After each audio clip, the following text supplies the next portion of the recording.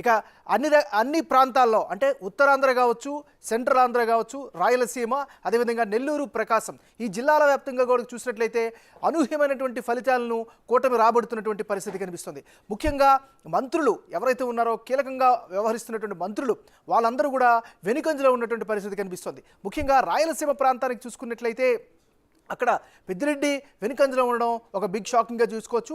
అదేవిధంగా ఉత్తరాంధ్ర విషయం చూసుకున్నట్లయితే బొత్స సత్యనారాయణ కూడా వెనుకంజలో ఉన్నట్టుగా తెలుస్తోంది. ఏదేమైనప్పటికీ కూడా ఇప్పటి వరకు ఉన్నటువంటి ఆంధ్ర తీర్పుని ఒకసారి కనుక పరిశీలించినట్లయితే వైఎస్ఆర్ కాంగ్రెస్ పార్టీ కేవలం 18 స్థానాల్లో ఆధిక్యంలో కనిపిస్తుంది. తెలుగుదేశం పార్టీ కేవలం ఒక్క సైకిల్ గుర్తుగా పొడి తెలుగుదేశం పార్టీ 109 స్థానాల్లో ఆధిక్యంలో కొనసాగుతుంటే భారతీయ జనతా పార్టీ 4 స్థానాల్లో ముందంజలో ఉంది. జనసేన పార్టీ 15 స్థానాల్లో ముందంజలో ఉండేటువంటి పరిస్థితి కల్పిస్తుంది. సో అవుట్ ఆఫ్ 175కి సంబంధించి 146 నియోజకవర్గాలకు సంబంధించినటువంటి అప్డేట్స్ బిగ్ టీవీ స్క్రీన్ మీద కనిపిస్తున్నాయి. ఇందులో 109 తెలుగుదేశం పార్టీ, బీజేపీ 4 స్థానాల్లో ముందంజలో ఉంటే జనసేన పార్టీ 15 స్థానాల్లో ముందంజలో ఉంది. వైఎస్ఆర్ కాంగ్రెస్ పార్టీ కేవలం 18 స్థానాల్లో మాత్రమే తన ఆధిక్యాన్ని కొనసాగిస్తోంది. అశోక్, ఇక్కడ మీరు ఇంట్రెస్టింగ్ ఇష్యూ ఏంటంటే నిన్న మొన్న ఒక సర్వేలో బహుశా కేకే సర్వే అనుకుంటా మన వాళ్ళు ఇంటర్వ్యూ చేసినప్పుడు అన్నది ఏంటంటే ప్రతిపక్ష స్థానం కోసం జనసేన పార్టీ అధికార వైఎస్ఆర్ కాంగ్రెస్ పార్టీ పోటీలు పడాల్సి వస్తాయి. వైసీపీ కంటే జనసేన 21 స్థానాల్లో పోటీ చేసింది కదా, వైసీపీ కంటే జనసేనకి ఎక్కువ సీట్లు వస్తాయని చెప్తే ఎవరు ప్రిడిక్షన్ చెప్తే ఎవరు నమ్మల? అలా సాధ్యమేనా? 151 స్థానాలతో ఎక్కడా లేని దేశంలో ఎక్కడా లేని విధంగా ఒక రికార్డు సృష్టించి 50% పైగా ఓట్లు సాధించిన వైఎస్ఆర్ కాంగ్రెస్ పార్టీ 20 లోపు స్థానాలకు పడిపోతుందని అందరూ వాళ్ళని పట్టుకు తిట్టారు. నిజానికి మనం కూడా అనుకున్నాం అది సాధ్యం కాదు అని. కానీ ఇప్పుడు మీరు చెప్తున్న అప్డేట్ ప్రకారం ఎంత?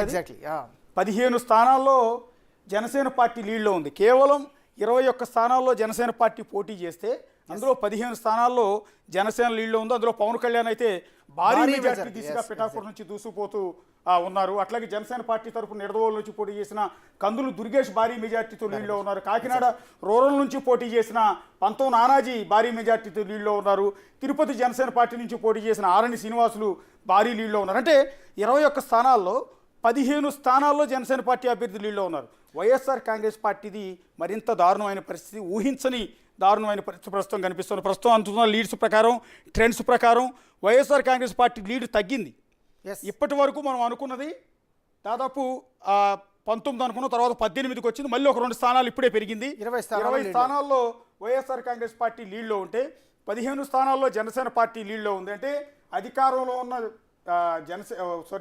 అధికారంలో ఉన్న వైఎస్ఆర్ కాంగ్రెస్ పార్టీకి అసలు ఇంతవరకు ఉనికే లేని జనసేన పార్టీకి మధ్య సీట్ల మార్జిన్ కేవలం 5 మాత్రమే. ఇక్కడ అశోక్ ఇంకొక ఇంట్రెస్టింగ్ పాయింట్ ఏంటంటే 2019లో జనసేన తరపు నుంచి పోటీ చేసిన పవన్ కళ్యాణ్ 2 స్థానాల్లో కూడా ఓటమి పాలయ్యారు. ఆయన ఈసారి భారీ ఆధిక్యంతో అసెంబ్లీలో అడుగుపెట్టే అవకాశం స్పష్టంగా కనిపిస్తుంది. రాష్ట్రంలో ఏ ఎమ్మెల్యే అభ్యర్థికి రానంత మెజార్టీ మా పార్టీ అధినేత జనసేన పవన్ కళ్యాణ్కి వస్తుంది నా పార్టీ శ్రేణులు చెప్తుంటే ఓవర్ ఎగ్జాగరేషన్, ఇదంతా ఓవర్ యాక్షన్ అనుకున్నారు. కానీ ఆ రికార్డు దిశగా పిఠాపురం నుంచి భారీ కనిపిస్తున్నాయి, గెలిపించే అవకాశాలు మనకు కనిపిస్తున్నాయి. ఇప్పటికే పిఠాపురంలో సంబరాలు కనిపిస్తూ ఉన్నాయి. చాలా చోట్ల ఫ్యాన్లను అయితే తెలుగుదేశం పార్టీ ఆఫీసులో వైఎస్ఆర్ కాంగ్రెస్ పార్టీ ఫ్యాన్ని కాళ్ళ కింద తొక్కుతూ ఉన్నారు. ఒకసారి మీరు ఆ దృశ్యాలు అంటే మేము వీటిని ఎంకరేజ్ చేసే ఉద్దేశం మాత్రం కాదు, బట్ అక్కడ జరుగుతున్నది యాస్టీజ్గా స్క్రీన్ మీద చూపిస్తున్నాం. సో ప్రజాస్వామ్యంలో ఇది కొంచెం ఇబ్బందికరమైన అంశం అనిపిస్తుంది నాకు. సో గెలుపోవటములు సహజం, ఒకళ్ళు అధికారంలోకి వస్తారు, ఒకళ్ళు ఆటోమేటిక్ ఓడిపోతారు. అలా గెలిచిన వాళ్ళు ఓడిపోయిన పార్టీ అభ్యర్థుల్ని వైసీపీ వాళ్ళు సైకిల్ను, టీడీపీ వాళ్ళు ఫ్యాన్ను ఆ రకంగా తొక్కడం అనేది కరెక్ట్ కాదు. సో టీడీపీ ఆఫీసులో ఆ రకంగా సంబరాలు చేసుకుంటున్నారు, తప్పులేదు. స్వీట్లు పంచుకోండి, తప్పులేదు. అది కూడా అనుమతులు తీసుకుని ర్యాలీలు లాంటివి చేయాల్సి. సో కానీ ఒక పండుగ వాతావరణం, కోలాహల వాతావరణం టీడీపీ ఆఫీస్లో మనకు కనిపిస్తోంది. వైసీపీ సింబల్ ఫ్యాన్ ని తీసుకొచ్చి ఫిజికల్ గా మైలవరంలో వసంత కృష్ణ ప్రసాద్ స్పష్టమైన ఆధిక్యంలో దిశగా వెళ్తున్నట్టుగా తెలుస్తుంది. కృష్ణా జిల్లా మొత్తం లీడ్లో ఉంది.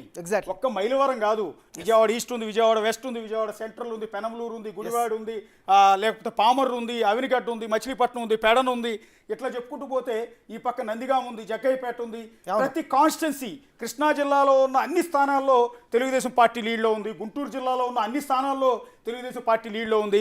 ఈ 2 జిల్లాలు రాష్ట్రంలో మిగిలిన అన్ని స్థానాలు ఒకటైతే ఈ 2 జిల్లాలు ఒకటి. ఈ 2 జిల్లాల మీద రాజధాని ఎఫెక్ట్ చాలా క్లియర్గా మనకు కనిపిస్తుంది. రైట్, ఒక అప్డేట్కి వెళ్దాం అశోక్.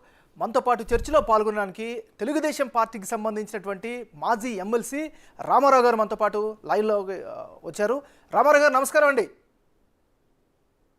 రామారావు గారు. రామకృష్ణ. రామకృష్ణ గారు నమస్తే. నమస్కారం అండి. రామకృష్ణ గారు చూస్తున్నారు బిగ్ టీవీ స్క్రీన్ పైన